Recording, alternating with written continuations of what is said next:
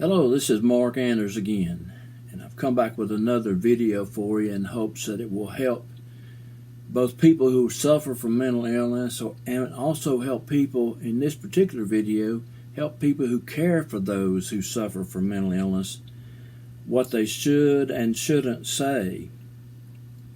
I talk to people all the time out there and they ask me, what do you say to somebody who's going through something like that? You have a loved one, you have a son or a daughter, you have a father or mother, someone in your family that's suffering from this, and you just don't know what to say or what to do. You mean well and you want to do something that's helpful to them, and so you ask that question. What should you say?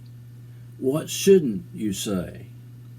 Well, I want to talk about those who care today, what you should and shouldn't say to someone who is suffering from mental illness. I mean, the goal of this whole thing is to help them, right?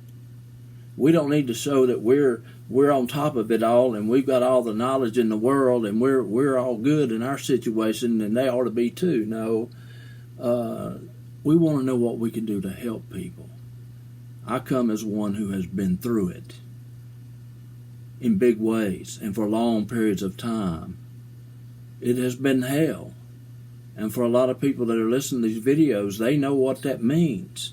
They know what it's about. It takes on a whole new meaning to them when you talk about having gone through something like that. It's been said that some people have mentioned the fact that a good illustration of this sort of thing is with the man named Job in the Bible.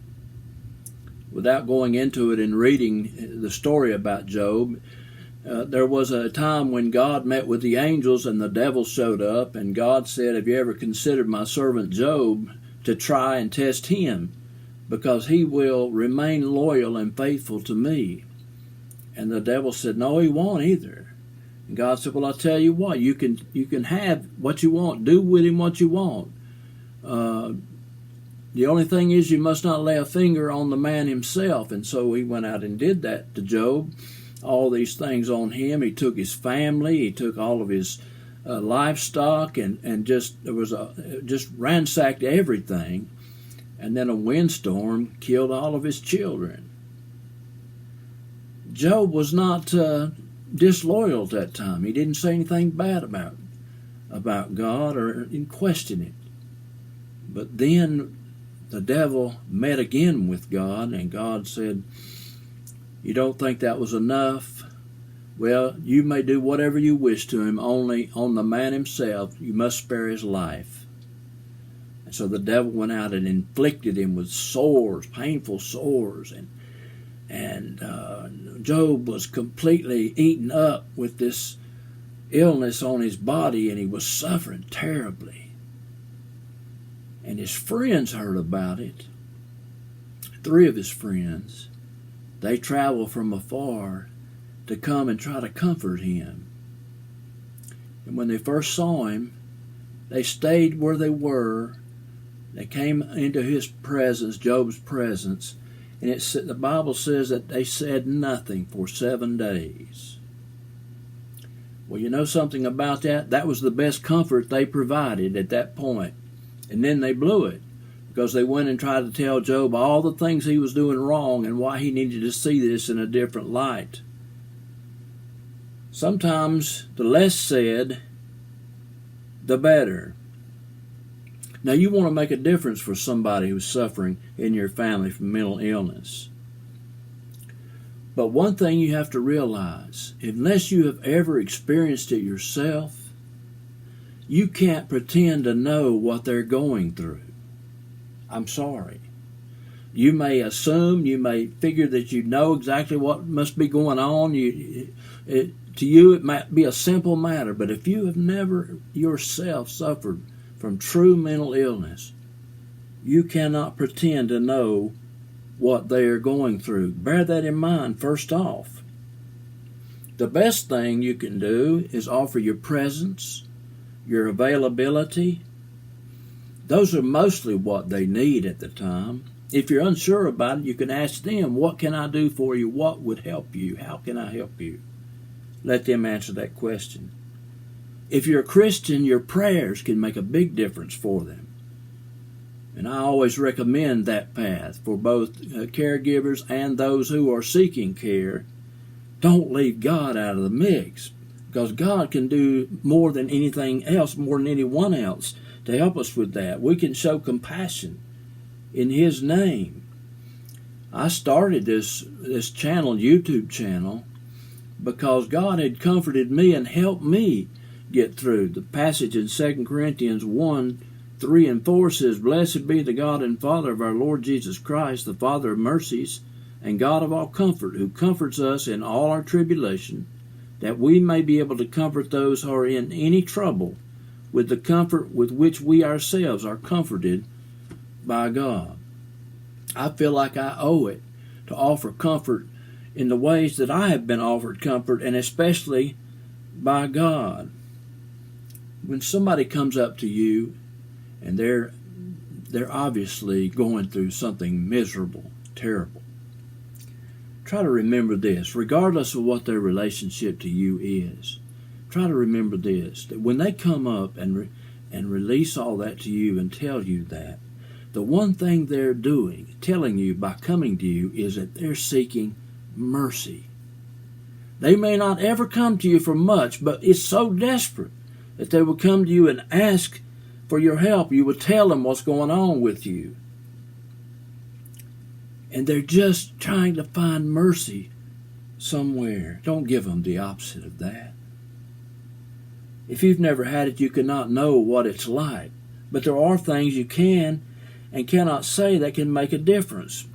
But listen, without the need to correct or rebuke them, or to make light of their situation, of what they've shared with you. That's the worst thing in the world you can do. You have a bad answer. Yeah, all you need to do is snap out of it. You need to get it together, get things straightened out in your mind. You're making a big deal out of nothing. My friend, that's the worst kind of advice and the worst kind of care you could provide for someone genuinely suffering from mental illness. You'll only make it worse on them. If you insist they need to listen to your advice, as some people are that way, you might be satisfied with yourself. I told them the truth.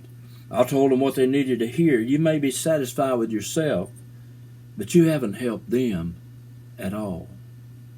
If your goal is to help them, don't do that. Don't do that. Remember that they came to you for mercy. Show them that. If you go back and look at my other videos, one of the videos I did was I talked about where to get help. Go back and watch it. All my videos are fairly short. Watch the video about where to get help. There's things you can do, a path you can follow to find help, to find the medication, a doctor that you need. Because as I've said before, I'm a Christian man. I believe I'm saved and going to heaven one day. I have God in my life, and I'm so grateful for that. But I have to tell you, I still have to deal with mental illness. I still take medication.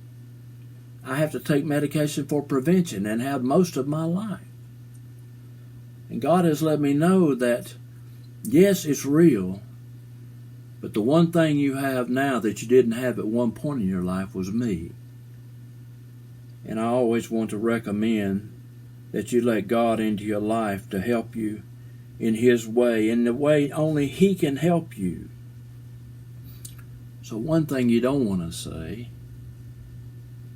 is rebuking people, telling them they need to straighten it out.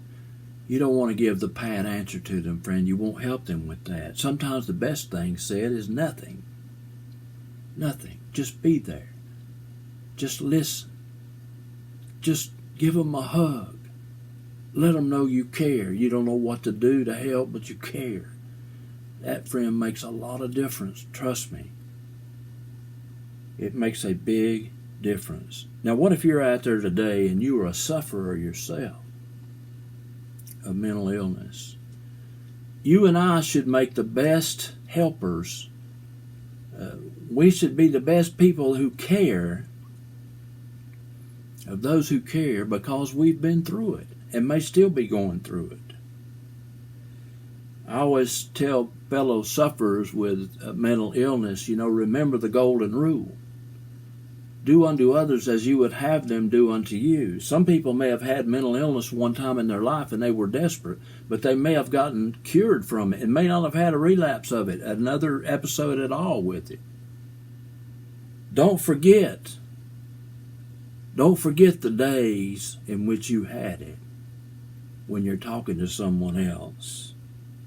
Don't forget that you had suffered yourself at one time from mental illness, maybe not too long ago. Don't make the mistake of trying to hand a pat answer to somebody who's bearing their soul with you, because you've forgotten how it was when you were in that boat. Give them the kind of advice, give them the kind of care and concern that you wanted and that best helped you when you had it. We are the best people to show concern for one another. Sometimes we have to sit and share stories together. Sometimes we need to talk about similar symptoms we may have been having, some of the things we've been through. Somebody who is able to share that with somebody who knows about that and who understands it fully, that can offer help. It lets you know you're not alone. You're not alone. Share your story with your friends. I mentioned in one of my videos, we have to be careful about who we share the problems that we have from mental illness. We have to be careful with who we share that, because not everybody understands. We need to realize that people don't understand, and what they say very often, unbeknownst to them, is just out of ignorance. You can't expect them to understand. Sometimes that doesn't help when you're in need of a bit of mercy and encouragement, to have somebody cut you off and give you some kind of answer that is supposed to make everything better all at one time.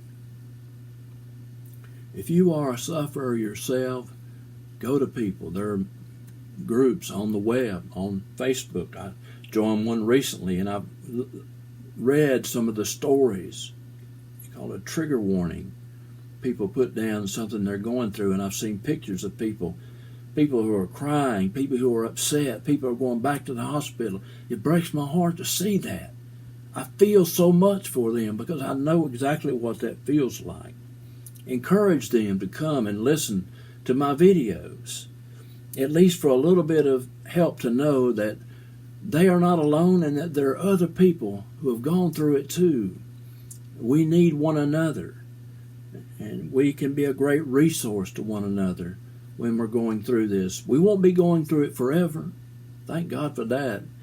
Mental illness will eventually begin to get a little bit better. It may get back worse again sometime, but it will eventually go away most of the time, but will often return.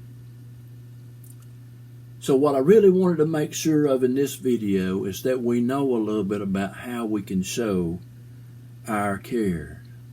The video is primarily for those who care, the things you should and shouldn't say. And I hope this video has been helpful in some way, both to those who care and to those who still suffer and travel that road, that we might know what we ought to do our part to help others who are in need. My friend, if you haven't already subscribed to my channel, I wish you would.